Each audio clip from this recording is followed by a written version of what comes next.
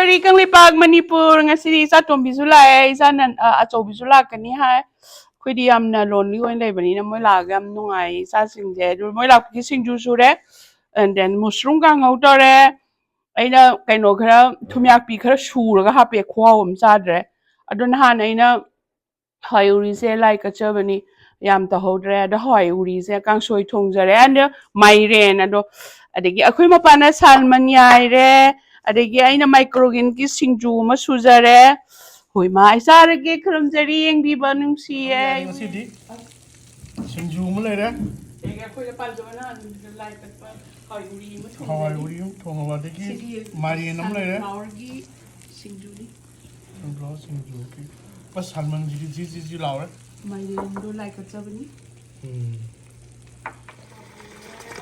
ꯑꯗꯒꯤ ꯍꯋꯥꯏ ꯊ꯭ꯔꯥꯛ ꯃꯅꯥꯁꯨ ꯌꯥꯎ ꯃꯥꯜꯂꯦ ꯍꯋꯥꯏ ꯎꯔꯤ ꯑꯣꯀꯦ ꯅꯪ ꯁꯧꯔꯤꯁꯤꯅ ꯀꯩꯅꯣ ꯑꯣ ꯃꯨꯁꯨꯝ ꯀꯥꯡꯍꯧꯁꯨ ꯌꯥꯎꯔꯤꯕ ꯑꯣꯀꯦ ꯃꯩ ꯇꯥꯔꯅꯤꯍꯦ ꯏꯆꯥꯆꯥ ꯏꯅꯥꯎ ꯏꯆꯦ ꯈꯨꯔꯥ ꯌꯥꯝ ꯅꯨꯡꯁꯤꯌꯦ ꯑꯩ ꯏꯆꯥꯇꯣꯝꯕꯤꯅ ꯊꯦꯡꯀ꯭ꯌꯨ ꯏꯆꯥꯇꯣꯝꯕꯤ ꯃꯥ ꯌꯥꯝ ꯆꯤꯜꯂꯦ ꯊꯦꯡꯀ꯭ꯌꯨ ꯑꯩ ꯉꯁꯤ ꯉꯝꯕꯤꯔꯦ ꯌꯥꯝ ꯀꯨꯏꯔꯦ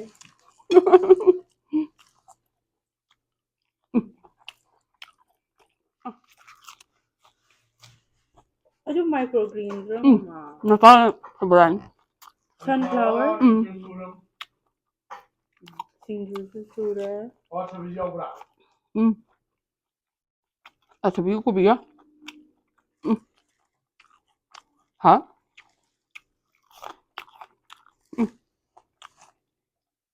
ꯊꯝꯃꯣ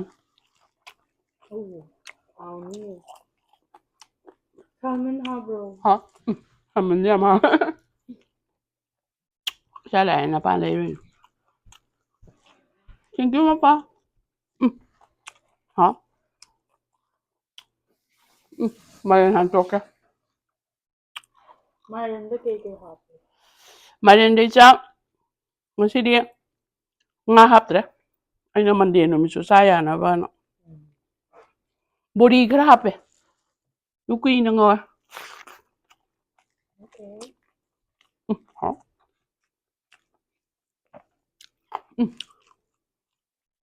ꯃꯥꯏꯀ꯭ꯔꯣꯅꯤ ꯆꯥ ꯉꯝꯗꯦ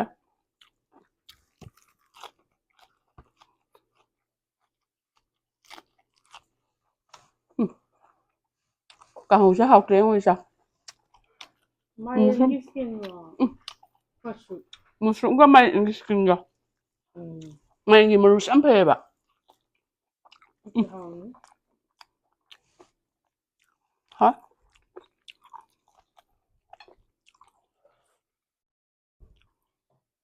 ꯍꯥꯎꯋꯦ ꯏꯆꯥ ꯑꯩꯈꯣꯏꯗ ꯄꯥꯟꯖꯕ ꯒꯥꯔꯗꯦꯅꯤꯡꯗꯤ ꯑꯃꯨꯛꯁꯨ ꯁ꯭ꯇꯥꯔꯠ ꯇꯧꯗꯣꯏꯔꯦꯀꯣ ꯃꯥꯏꯔꯦꯟꯒ ꯃꯔꯤ ꯆꯠꯂꯦ ꯃꯥꯏꯔꯦꯟ ꯍꯧꯔꯦ ꯑꯗꯒꯤ ꯈꯥꯃꯦꯟꯁꯤꯟ ꯍꯧꯔꯦ ꯏꯆꯥ ꯑꯁ ꯃꯔꯤ ꯆꯠꯂꯦ ꯑꯁ ꯄꯜꯂꯛꯅꯤꯡꯕꯅ ꯉꯥꯎꯔꯦ ꯏꯆꯥ ꯍꯥ already April 1st story so ꯉꯁꯤ ꯑꯦꯄ꯭ꯔꯤꯜ ꯐꯥꯔꯁ ꯑꯣꯏꯔꯦ ꯆꯥꯔꯛꯄ ꯌꯥꯝ ꯅꯨꯡꯉꯥꯏ ꯊꯦꯡꯀ꯭ꯌꯨ ꯏꯆꯥ ꯇꯣꯝꯕꯤ ꯇꯣꯟꯗꯣꯟꯕꯤ ꯍꯥꯎꯋꯦ ꯃꯥꯏꯔꯦꯟ ꯊꯣꯡꯕꯁꯦ ꯌꯥꯝ ꯍꯥꯎꯋꯦꯀꯣ ꯏꯆꯥ yeah I think one of my favorite ꯃꯥꯏꯔꯦꯟ ꯊꯣꯡꯉꯤꯅꯦ ꯂꯪꯊꯣꯛꯈꯠꯄꯅꯤ ꯏꯆꯥꯃꯥꯏꯔꯦꯟꯗꯣ ꯆꯥ ꯎꯀꯥꯕꯤꯗꯤ ꯊꯥꯛꯇ꯭ꯔꯦ ꯅani next time ꯌꯥ ꯑꯅꯨꯁꯨ ꯎꯞ ꯂꯩꯔꯝꯃꯦ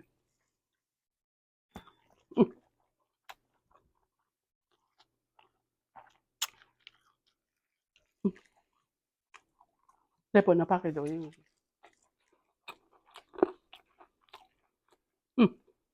ꯍꯥ ꯁꯥꯃꯟꯁꯤ ꯆꯥꯒꯗꯕꯅꯤ ꯏꯆꯥ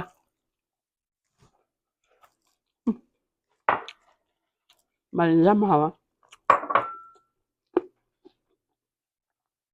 ꯃꯥꯏꯔꯦꯟꯁꯤꯗꯤ ꯌꯥꯝ ꯐꯩ ꯍꯥꯏꯗ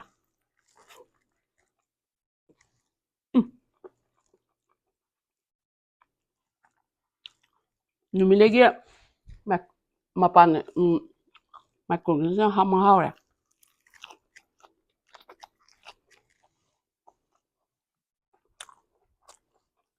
She might not lay cultivate like you can plant it, right? yeah Like microgreens, you can germinate it Ừ. there. plant tàu đuôi nè rồi Yeah. mà bạn để đi à để nó gì à Right. But if you wanted to, you can make a sunflower Mm. field. hào hết anh này này dạ phải đi gom phun để thằng sân mình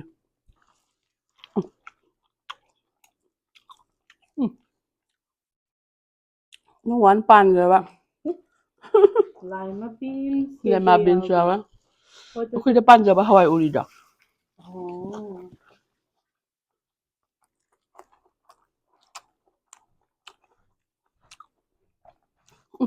xin yêu mà isa đi xin yêu bà mẹ xin yêu isa lại anh xin yêu suy I like Kobe Shinju, not microgreen Shinju. cô bây giờ vậy Oh, Kobe Kara microgreen Kara. cô bị nhá thôi bị nữa dạ Okay, did you put the one like Maru Shuraga low bado? cái nó này thôi đinh Toyding hapra. thôi đinh thì hấp rẻ đồ ngari ga Toyding ne what is it? mà Man, they had hay rồi cái nó Toyding one hapadi mini koites. mani thôi đinh thì hấp rẻ ngari đi lâu đấy ở đây cái mua lộc số lâu đây sao hả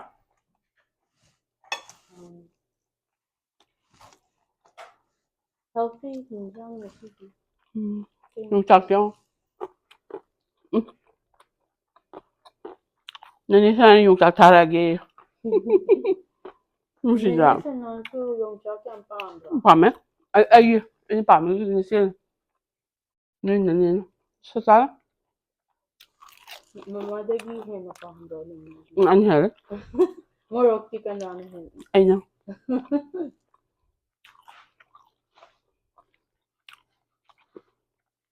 cứ phải lâu rồi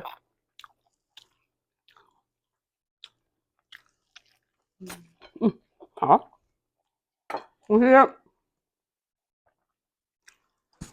cứ 찾아봐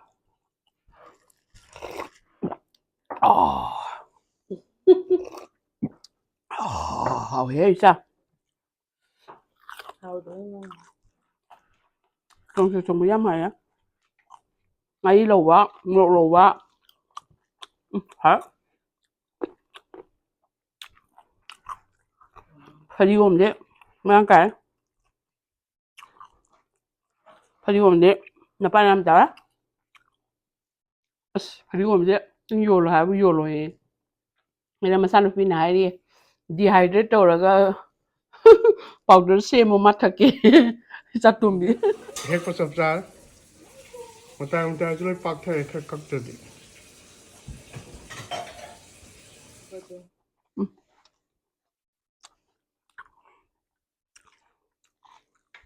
hỏi sao mà lại anh san mình lấy rồi mà bạn Misi kiti am ho. hậu trả là bạn quan xem mình sắc xem sát ở hay đồ mà xí đi boiled rice nè cái lô là cái sao Okay. mà năm sinh em đi chắc em sát đi hợp bảo mà nó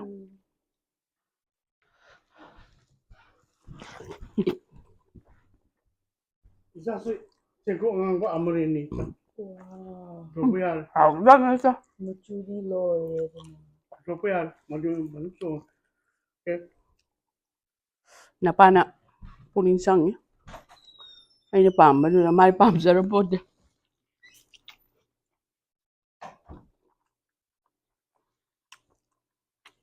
Vertical farming during like area ama the high na builder you can Yep. do a lot of sao nó hay farming vertical in farming small yeah area. vertical farming lối tàu vi ai sát sao mà mua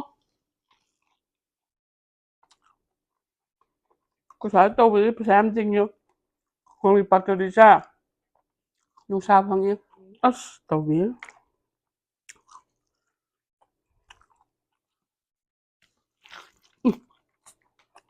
Hỏi sao?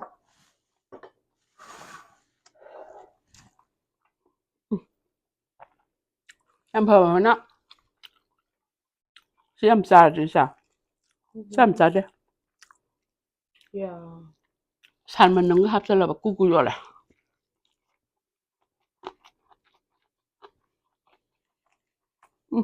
Nó sao mùi khó không? Hả? Hả? Wow, charger. Khó sợ chưa? Thôi.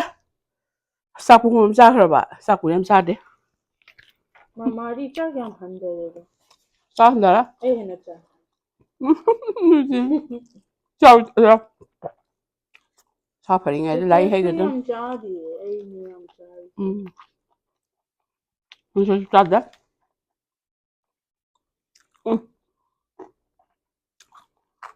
Yung sa mulu sidi. Nangi, na ama DSP na pinapon.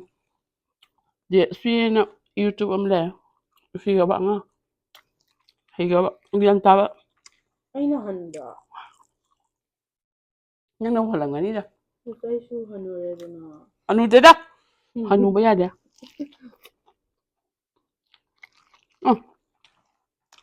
Manipur kalu nga sa Popi na maro malandare iba. Ko di pikro ba zati ni? Kung tang selo. Kang lepak kalu. Mas hore. Ay ya. Sao thế nào? Thank you sa Tombi. Thank you Kang lepak. Thank you Manipur. I love you.